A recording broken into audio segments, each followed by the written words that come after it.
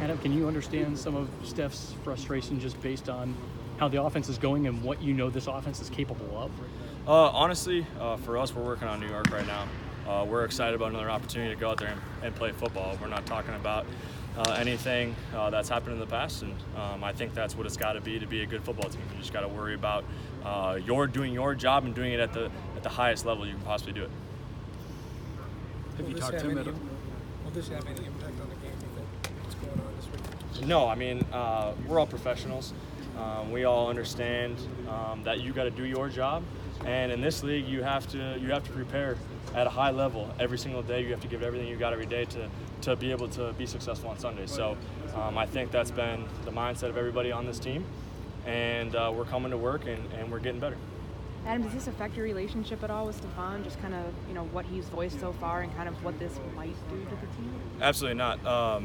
Diggs is one of my closest friends, and for me, again, I'm just trying to worry about my job, and those are things that are out of my control, and I'm going to go back to work and try to help this football team win games as he is.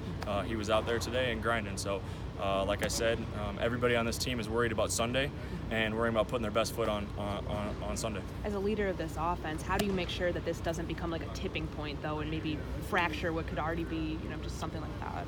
Well, I think number one is we have a great group of men in this locker room that worries about their job. And when you have that, you don't have to worry about those things. You just handle your job, you do it to the best of your ability, you work as hard as you possibly can, and you let everything else kind of fall into place. So again, for us, I love the mindset of this team. I love everybody on this team, and that's in that locker room, and I'm going to go to battle every single day for them. Did he address the team? That's for Coach Zimmer, and that's for our internal team. So I'll leave it at that. You're about as close to him as anybody. I mean, just based on what you do and what he does, I mean, do you throw your arm around him and go, I understand what you're going through? What do you say to him? That's for us. That's internal. That's for our locker room. But at the end of the day, like I said, we in that locker room worry about doing the best we can on Sundays. And I think the only way you can do that is worry about yourself and controlling the things that you can control. And that's the only thing that you can do to help this team win.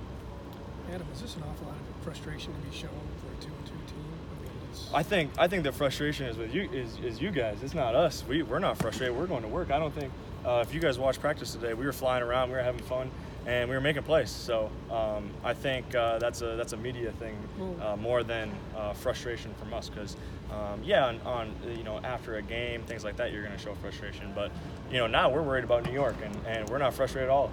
If it was a star player not coming to practice on Wednesday, it's not a media thing.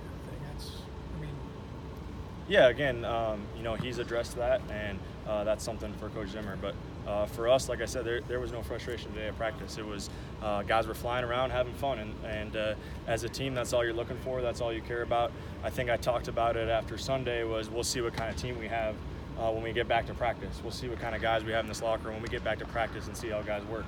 And I saw a group that's working and trying to control what they can control.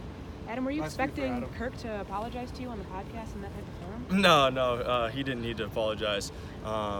For us, everybody wants to be great, and I think that's something that I said right after the game as well. As I said, the first thing I do after a loss, I look myself in the mirror and say, what can I do better? How can I help this team win? And there was plenty of things on that tape that I could have done a lot better. So at the end of the day, you guys will post what you guys want for headlines and things like that, but internally in our locker room, we don't worry about that stuff. We just focus on ball and making sure that we're the best teammates and best football players we can to help this team win. Adam, with the way this offense is built around the run, was there kind of an understanding in the receivers room that might lead to fewer opportunities for you, but it might be best for the team? Yeah, well, number one, it's 4 weeks into the season, and we won 2 ball games by dominating the run. So that is what it is. I mean, at the end of the day, we're here, we're in this building, we're on this practice field to win. So whatever it takes to win, we're going to do. And if that requires more run plays, so be it. If that requires more pass plays, so be it. You've seen it from us in the past that we've had to win games by throwing the football, and we've done that. We've proved that with Kirk and with this receiver group and running back skill position and this offensive line. So at the end of the day, we're gonna go back to work. We're gonna figure out what we need to do individually to help this team win.